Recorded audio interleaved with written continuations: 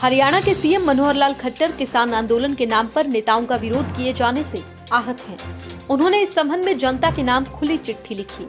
उन्होंने कहा, हम आंदोलन और उन्माद में फर्क को समझा रहे हैं। बता दें कि हरियाणा में जगह जगह बीजेपी और जेजेपी के नेताओं का विरोध हो रहा है। मुख्यमंत्री मनोहर लाल के शनिवार को रोहतक जिले के दौरे के दौरान भी विरोध प्रदर्शन किया गया। एक साल के वक्त के बाद रोहतक के सांसद डॉक्टर अरविंद शर्मा के प्रयास से रोहतक दिल्ली लाइन पर 5 लोकल ट्रेनें 5 अप्रैल से चलाने की रेल मंत्रालय ने स्वीकृति दे दी है।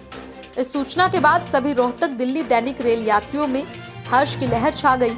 इस अवसर पर दिल्ली पैसेंजर वेलफेयर एसोसिएशन के प्रधान राकेश शर्मा ने सांसद का सराहनीय कार्य के लिए धन्यवाद किया।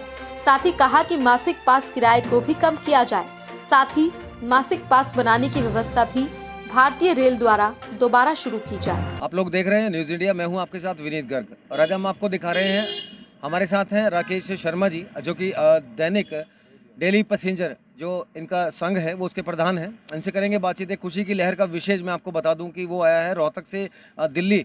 जो 1 साल का अंतराल था इस कोरोना महामारी के काल में, जो है रोहतक से दिल्ली पैसेंजर ट्रेन जो थी वो नहीं चल रही थी और लोगों को बहुत दिक्कतों का सामना करना पड़ रहा था। इसी विषय पर बात करने के लिए हमारे साथ राकेश जी।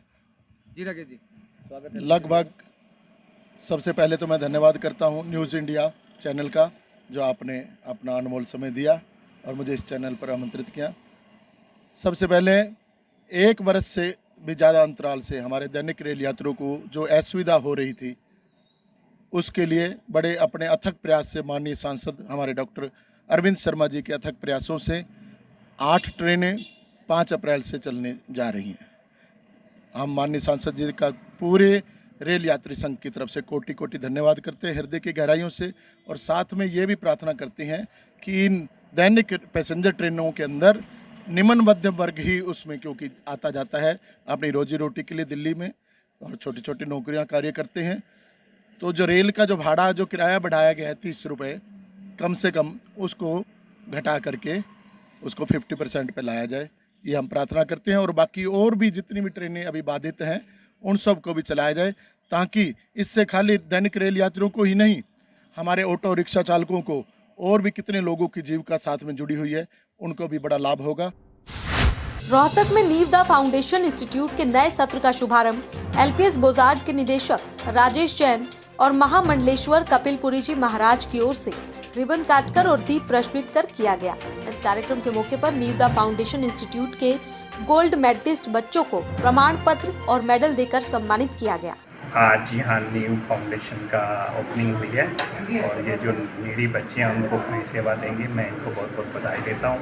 भगवान इनको इतनी हिम्मत दे और पूरे हरियाणा में ये इस तरह के कार्य करें, अच्छा लगेगा। बहुत धन्यवाद। ये मैं समझता हूँ कि नीड फाउंडेशन ने ये अपना कोचिंग सेंटर यहाँ पे खोला, तो ये अपनी 7th स्टैंडर्ड से लेके 12th स्टैंडर्ड तक कोचिंग बच्चों को दे रहे हैं। और आज बच्चों को जितनी अच्छी एजुकेशन, जितनी अच्छी कोचिंग शुरू से मिल जाए, वही उनकी फाउंडेशन है कि वो आगे और कितनी हायर एजुकेशन में जा सकें।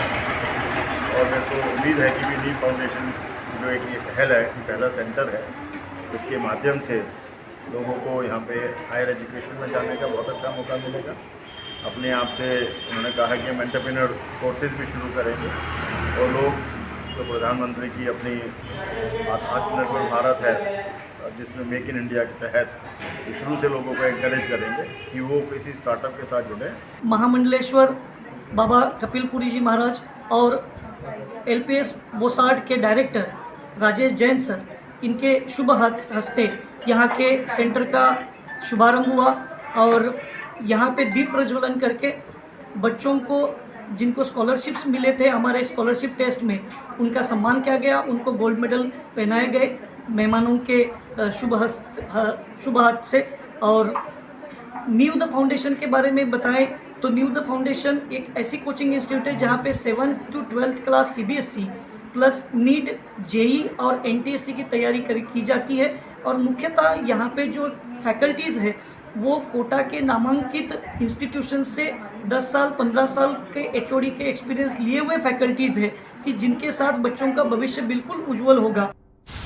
गांव ककड़ीपुर में दलित परिवार द्वारा पंचायती जमीन पट्टे पर लेकर बोई गई फसल को दबंगों द्वारा काटने का मामला सामने आया है। करीब 7.5 एकड़ पंचायती जमीन पर दलित परिवार ने गेहूं की फसल को बोया था, जिसे गांव के ही दौलत राम ने काट दिया।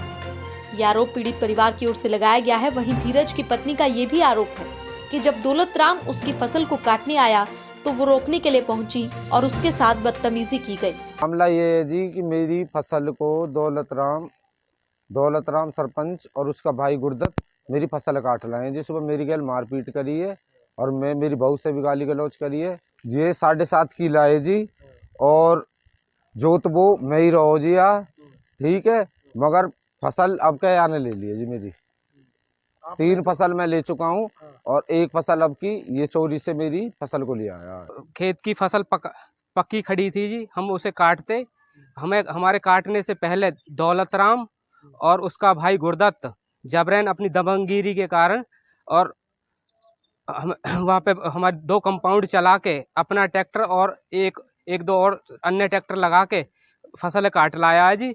और मेरे भाई धीरज और उसकी घरवाली के साथ मारपीट भी करी है। हम दलित समाज से हैं जी और जाति से वाल्मीकि है और उसके साथ जाति सूचक शब्द बोले। यहाँ पे 2 पट्टेदारों का आपस में झगड़ा चल रहा था जी और उनकी वजह से यहाँ पे काम रोका गया है और इंचार्ज ने बताया कि यहाँ पे जब तक फैसला नहीं हो जाता तब तक कोई काम नहीं होगा। दोनों ही कगरीपुर के हैं जी और ये अभी दोनों के दोनों चौकी में गए हुए हैं। वहाँ पे उनकी आपस में बात हो रही है। सेक्रेटरी को भी वहाँ पे बुलाया हुआ है। नारनौल नगर परिषद चेयरपर्सन के पति को धमकी के मामले में शहर के लोगों ने शहर के अंदर रोष मार्च निकाला। रोष मार्च निकालते हुए शहर के व्यापारी और आमजन मुख्य महावीर चौक से होते हुए एसपी निवास स्थान पर पहुंचे। तकरीबन आधे घंटे इंतजार करने के बाद भी एसपी लोगों से मिलने नहीं आए, जिसके कारण लोगों में रोष काफी देखने को मिला। जिसके बाद लोगों ने जिला पुलिस के खिलाफ नारेबाजी करते हुए एसपी निवास स्थान के बाहर ही धरना दे दिया। बाद में एसपी द्वारा आरोपियों पर जल्द और उचित कार्रवाई करने के आश्वासन के बाद लोगों ने एसपी का आभार जताते हुए धरना समाप्त किया। मामला ये है कि जो संजय सैनी के घर रात्रि 3 बजे भूपेंद्र सिंह नामक पहलवान जो घर पे आया और उन्होंने जो है हरकत की, उसके विरोध में धमकी दे के गए इनको जान से मारने की। उनके विरोध में जो है 36 बिरादरी के लोग आज इकट्ठे हुए और एसपी साहब से मिले हैं। एसपी साहब ने हमें ये पूरा आश्वासन दिया है कि इसकी गिरफ्तारी तुरंत की जाएगी और जनता के साथ इनके साथ पूरा इंसाफ होगा और इनको सुरक्षा मुहैया करवाई जाएगी। एसपी साहब ने जब आश्वासन दिया है, वो जिले के उच्च अधिकारी हैं, तो संतुष्टि तो बनती है। रोहतक में रक्तवीर मोहित खोकर के जन्मदिन पर एक रक्तदान शिविर का आयोजन किया गया। न्यू फल एवं सब्जी मंडी आड़ती एसोसिएशन रोहतक, खिलते चेहरे सोशल सोसाइटी और हम और आप सोशल वेलफेयर सोसाइटी के संयुक्त तत्वाधान में इस रक्तदान शिविर का आयोजन किया गया। इस मौके पर मोहित खोकर का केक काटकर जन्मदिन मनाया गया। इस आयोजन में लगभग 40 यूनिट रक्त इकट्ठा हुआ। वहीं इस कार्यक्रम में बीजेपी नेता हिमांशु ग्रोवर और जिला रेड क्रॉस सोसाइटी के सचिव देवेंद्र चहल ने मुख्य तौर पर शिरकत की। सब्जी मंडी दुकान नंबर 44 पर स्वैच्छिक रक्तदान शिविर का आयोजन किया। इसमें न्यू सब्जी मंडी आड़ती एसोसिएशन, खिलते चेहरे सोशल सोसाइटी और हम और आप सोशल सोसाइटी के संयुक्त तत्वाधान से ये इस कैंप का आयोजन किया गया।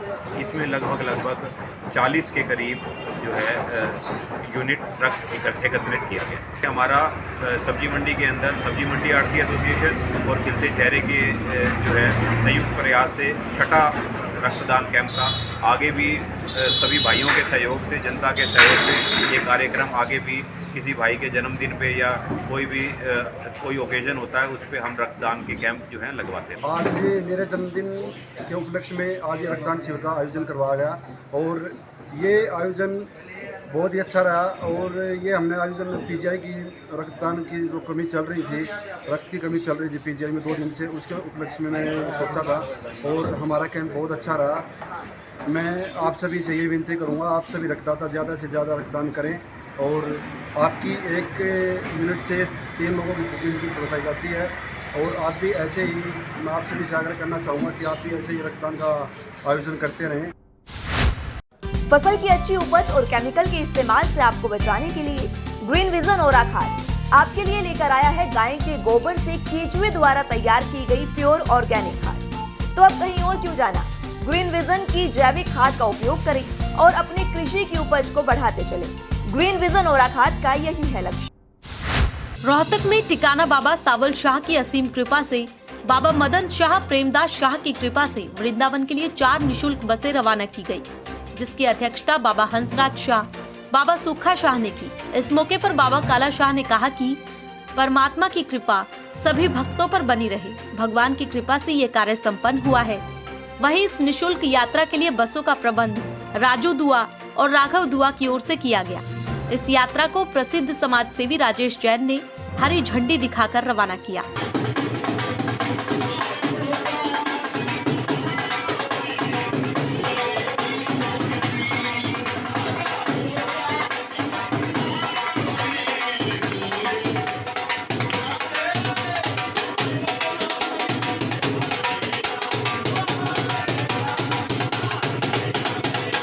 आज बाबा हंसराज जी की अध्यक्षता में 4 बसेज ये लेके वृंदावन जा रहे हैं 200 लोगों को। तो आज रात को ये यहाँ से निकलेंगे और कल पूरा दिन लगा के परसों वापसी आएंगे। तो मैं यही भगवान से शुभकामना करता हूँ कि इनकी यात्रा सफल हो और जितनी भी फैमिलीज जा रही हैं उनकी सबकी मनोकामना पूरी हो।